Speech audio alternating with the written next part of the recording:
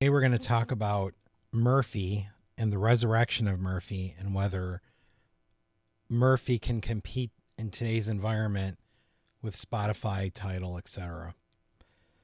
So, first of all, we'll just kind of briefly run through what happened to Murfie and what it was and what happened to people. Essentially, for about 10 years, Murfie was an early streaming service and it allowed people to send their music in and they would digitize it and stream it for a low cost. So they would charge like a certain amount per month, or you could pay by the year. You could send your discs in at a fee for $1, and they would rip it, store it. They could keep your disc in their warehouse, or they could send it back. So basically, the business model didn't work. They couldn't compete with Spotify, etc., and they went out of business suddenly. The problem was that they had all the music that people owned in their warehouse. So they were out of business and there was no way to get it back. So a LLC mysteriously appeared out of nowhere called MCRS, and it was going to send people back their media for the small fee of $100 plus 45 cents per disc. That's insane. I mean, you're extorting money out of people to get their music back. And if you had a huge collection, it adds up. So right after that, there were people complaining about they couldn't get their music, the communication was poor, et cetera, et cetera. In comes a guy who claims that he's going to restart the service and run it the way it was run before. So there's some articles on this guy, and this is a notable one from The Verge, and it's called "This Guy Now Owns Murfie's Nearly 1 million abandoned CDs." And it goes on to profile him and talk about what an eccentric person he is. So essentially, he bought Murfie for $6,000. A whole streaming company bought it for $6,000. And he is going to supposedly single-handedly run this service. According to this article, it says with some help from his father. But he's basically going to run a whole company on his own. He has a Twitter account, which you could see here. And that's him in the original Murfie warehouse, I believe, with all the discs, which he is moving to another state in a rickety container. There's him and his dad. So basically, they want people to trust them with their music, to store them in this warehouse that he's renting. The article describes the warehouse as leaking.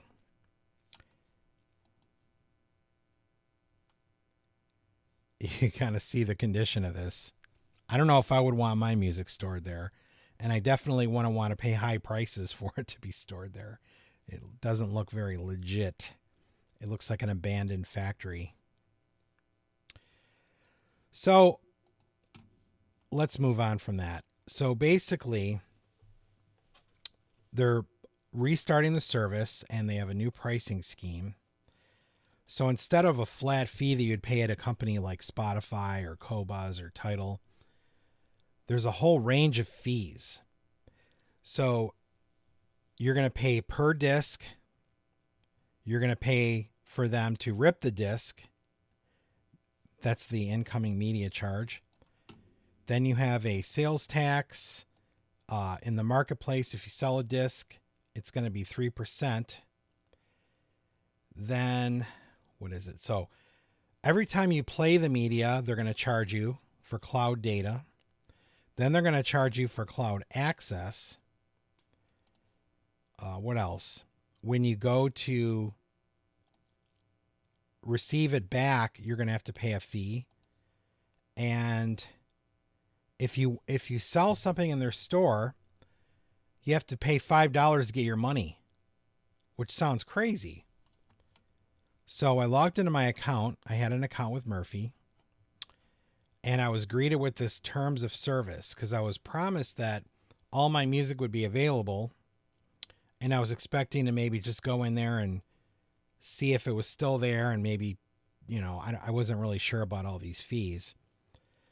But when I started reading the terms of service, they looked really one-sided, and it didn't look very well written, is almost as if this one-man show wrote his own terms of service. So I'm reading this, and some of the terms are incredibly bad, not good for the customer. Like, for instance, when you get a return, no timeline for returns are guaranteed. What? So you pay an exorbitant fee, and he's going to, who knows when you're going to get it? A month, a year, a week? No timeline is guaranteed. The return form is the preferred way to request a return. Returns that have previously. So there's different ways to send it back to you, your media. One of them is, and this is fun, $100 plus 45 cents a disc. Does that seem like a fair term? Legacy Murfie return, $10 plus 39 cents a disc. Wow. So, this it doesn't seem very friendly to me. All these fees, and, it seems like you're being nickeled and dimed. So I'm going to run a quick comparison with these services. I created a little spreadsheet here. So basically, with the main difference between Murfie and the other services is that you must own the media that you stream, where the other ones, it's all you could eat. You don't have to own anything. You just pay them and you're in. One small fee. So you have to own it, and you have to send it to them at your expense, and then they have to store it for you in, where's that link? In that. So they're storing your stuff in there. You have to pay to get it back. So anyway, I digress. So no, you don't have to own anything with the other services. You don't have to pay storage fees with the other services. You don't have to pay bandwidth fees with the other services. So one of the cool features of Murfie was that they had a marketplace. You could buy a CD and you could have it sent back for $3. Now, obviously, there's ominous terms and fees and all this crazy stuff where it seems like it's a huge hassle to have it sent back because, the one-man team is going to have to run around picking discs and putting them in boxes. I can only imagine. That would actually be kind of comical to see. So anyway, the Murfie does have a marketplace, but with fees. The seller has to pay. The buyer has to pay. Everybody's pay. No marketplace with Spotify. No marketplace with Tidal. Now, Qobuz does have a marketplace. And if you're a Sublime Plus subscriber, you get deep discounts on high-res files, which is really cool. Amazon, of course, is the biggest marketplace in the world. So those also have marketplaces. What you get with Murfie is nothing really. I mean, they're forcing you to send their media. They're nickel and diming you. You have to pay per play. Every time you stream, you're paying. You have to pay for this, pay for that, pay for this.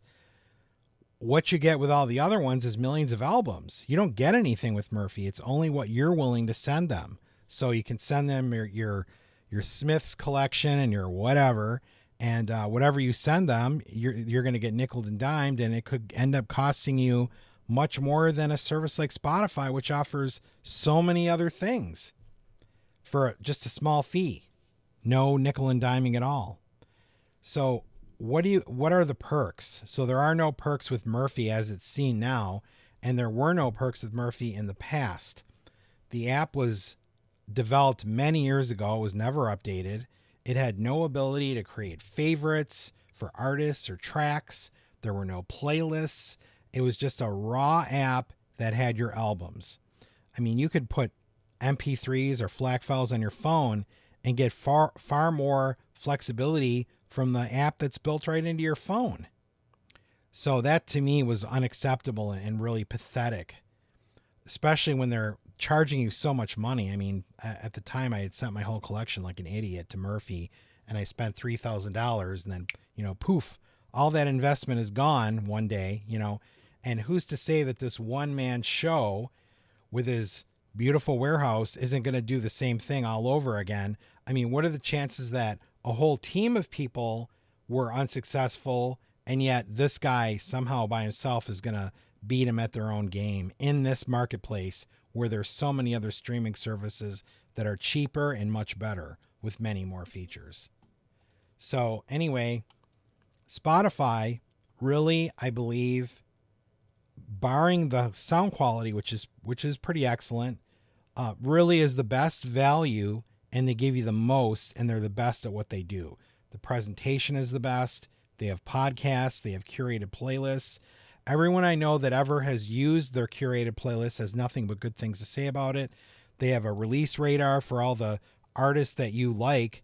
They will give you information on new releases. Really a fantastic service for a very low price. They have a family plan, unbeatable. They let you download stuff to your phone. I can't think of anything better than that. So the next leg up in the appeal, the give them something different so you can differentiate, would be the high-res files. So reportedly, Spotify has been experimenting with this, and I really hope they do it, because if they do, they'll be the service to beat. It will be basically impossible to beat them. So you have Tidal, which is $20 a month for the CD quality streaming, which is pretty, it's a pretty good deal. And they have a lot of features and playlists and everything, videos. So I tried Tidal. I used it for a while. I liked it. The only thing that I didn't like was the user interface and the user experience, because it was focused on rap, and I don't like rap. I don't listen to rap. I listen to classical, jazz, and alternative rock or indie rock. So I'm not interested in rap, and the whole thing was fronted by rap. So there wasn't any way for me to have good music discovery. It didn't have a good, it didn't feel like it was catering to me as a demographic. So I moved on from Tidal and I went into Qobuz. Now, mind you, I'm using, at this time, being a music fan, and I know this might sound nutty, but I was using Murfie on top of these other ones, but I currently have a Spotify account, a Qobuz account, an Amazon account, and a YouTube music account. Call me crazy. So I do use all these things. So I'm not just talking, or I don't have a, how do you say that? I'm not picking any winners, and I don't have any fanboy favorites. I'm just going by using these services and what I'm getting out of them, and what I think is a good deal, and who's good at doing whatever. So Qobuz right now, really, I believe, even though Spotify is the one to beat for the price, I think that if you're a high-res music listener, Qobuz is the way to go. They have a music app for your phone, for Android and iOS. They have a music app for your PC or Mac. They have, you can obviously play it in the web browser like many of the other ones, but it has the marketplace, and it stores those files for free, unlike Murfie. There's no storage fees. And the cool thing is, if you really like artists and you support them and you buy their album, they're all front loaded for you. So let me show you the app real quick. Well, should I do that? I'll do that in a minute. Anyway, so moving on from that, they have also recommendations. They have music reviews. They have articles. So if you want to read about maybe Prince, his new album comes out, and you want to read about that, you could do that. There's if you like classical music or jazz, no other streaming service presents this type of music, these genres, the way that Qobuz does. They basically tailor the experience around the genre. So you get the articles, you get the curated playlists, you get the recommendations based on what Qobuz, thinks should be in your collection.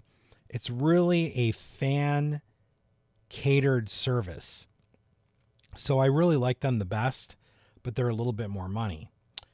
You have Amazon.com. Now the Amazon, I use it mostly for when I buy an album and they give me an MP3. So when I buy something in their marketplace, and I could just take, MP3s, they have low quality, but I could kind of throw them on a Sony Walkman portable, or put them on my phone and just have them stored there in case I have no bandwidth or internet access.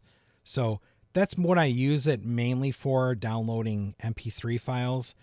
But as far as the music service is, I don't really like it. I think the user interface is poor, and also the presentation is poor. And for the high res, and it is a very good value at $12.99. That's for a Prime subscriber, and then if you're just a regular Amazon customer, it's $14.99. So it's competitive with Qobuz, but Qobuz has it beat by a mile. I wouldn't even consider taking Amazon over Qobuz if I had to choose one of the two. It's poor presentation. It just doesn't have anything to offer beyond the music. So then we're down to YouTube Music, which is surprisingly pretty good. I guess it would be in the category with Spotify because of the sound quality, and it tries to meet Spotify at the same level, but it definitely doesn't. And we'll look at some of these things, but the one thing that it does have that's good is videos. It has a lot of videos in it. It does have the curated playlists, but the other strong thing that I appreciate myself is that it has a very simple layout, so it's easy to find music quickly. That would be the one strong point of YouTube, where Spotify, it's a little hairy. You have to kind of dig around to find something to listen to, unless you're listening to one of their nice curated playlists. So let's have a look at some of these things. Let's look at Spotify. Let's see here. So this is the Spotify app. You can see they have radio stations that are basically playlists, but it's more random than that. And then you can make your own playlists. I don't even know what I have in here. Made for you. This is one of the strong things. So they put daily mixes in here, and then they break it up in different genres. So, you have classic rock, you have alternative kind of indie stuff, classical, another classical. Should have a jazz in here. I think that's jazz. Release radar, so all the new things that are out with the artists that you like. I really like this. It's a good setup. So now let's look at Qobuz. So Qobuz, let's go to the front of it. So when you open it up, you can pick your genre. So if you pick all, you have all the new releases. If you want to just focus on one genre, let's go with jazz. See all new releases. So these are all the new jazz releases, and then it tells you which ones are high res and which ones aren't. Ones that are trending. So they have press awards, and a lot of times they'll give you the articles that where the press was reviewing these albums. And then it kind of gives you an idea of which albums are being the critically acclaimed albums. And some of these I know I really like these ECM releases. Excellent.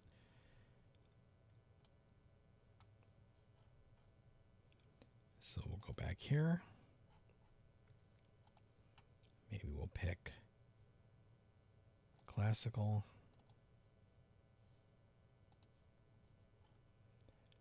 So those are the new releases, and you can expand. Press awards. They give you a breakdown on some of their analytics, the top releases. So I think this is a good one. I think that there's more on the website. If you go on the web, if you click on purchases, you'll see all the ones that I've bought in recently. So you can kind of, which is cool because I know if I don't have time, or if I'm in the car and I just want to select something real quick, if I go on my purchases, I know all this stuff is stuff I really want to listen to now, So that's a really cool feature. If you pick on the heart, you get your favorites. So sometimes when something new comes out, I'll throw it in here. or just things that are classic, like The Unforgettable Fire, something that I would want to play regularly. But everything that I really like to listen to often is all in here. So it's really cool. So those are the apps that I have. Then you have the YouTube Music. Now there's a YouTube Music app for the iPhone and the Android, but there's no desktop app that I'm aware of. I tried to find it, I couldn't. So it's really kind of like Spotify. It's not as good, but it does have a new release. It seems like they're kind of copying them, but you could see what I meant with the clear layout. It's so clear. It's really like simplified recommended playlist based on what I'm listening to. Now, the funny thing is that's where Spotify exceeds YouTube if you want to compare those as apples to apples. The AI for recommended playlists is much, much better on Spotify than this. I mean, there's things in here that I would never want to listen to, like Madonna. But, you know, it's there if you want it. So this is kind of cool, giving you similar artists as a quick jumping point and maybe music discovery. So what would the other one be? Well, we know about the other one. So anyway, going back to our comparison. Oh, I could show you quickly some of the pricing from the horse's mouth. So here's Spotify, it's $9.99. Then you have Tidal, $9.99. Or if you want to go with the CD quality, they also have a family plan. Similar to and with pricing is Spotify. Qobuz, they have, let's see, the Studio Premiere, which is $14.99. I think that competitive pricing of that is incredible to be able to listen to high res. Now, if high res isn't important to you and you just want a great music service, then obviously Spotify is the right choice. But Sublime, you have to pay for the year. So it's like Studio Premiere, only you're paying for the year. And then the benefit would be that you can buy high-res files at a cheaper price. But some people are just in it to stream and not buy things. But if that's your thing, then you can, if you go to their download store, you could do the download store online, but not in the app right now. So you could kind of, and then they have their articles, pre-orders. As a marketplace, I think it's really excellent. And you're getting the high-res files instead of like an MP3 for basically the same price. We'll just click on one of them to show you. So if you have the high-res Sublime, for this one you're paying $10.99. And then if you want the high-res without it, you have to pay $17. So if you buy a lot of music, it's really worth your while to buy the Sublime Plus membership, which I have. And I noticed that some labels charge less than others, like the ECM label, which I do like. Let's see if I can find one real quick. You can see this Pat Metheny album might be ECM. No, done such.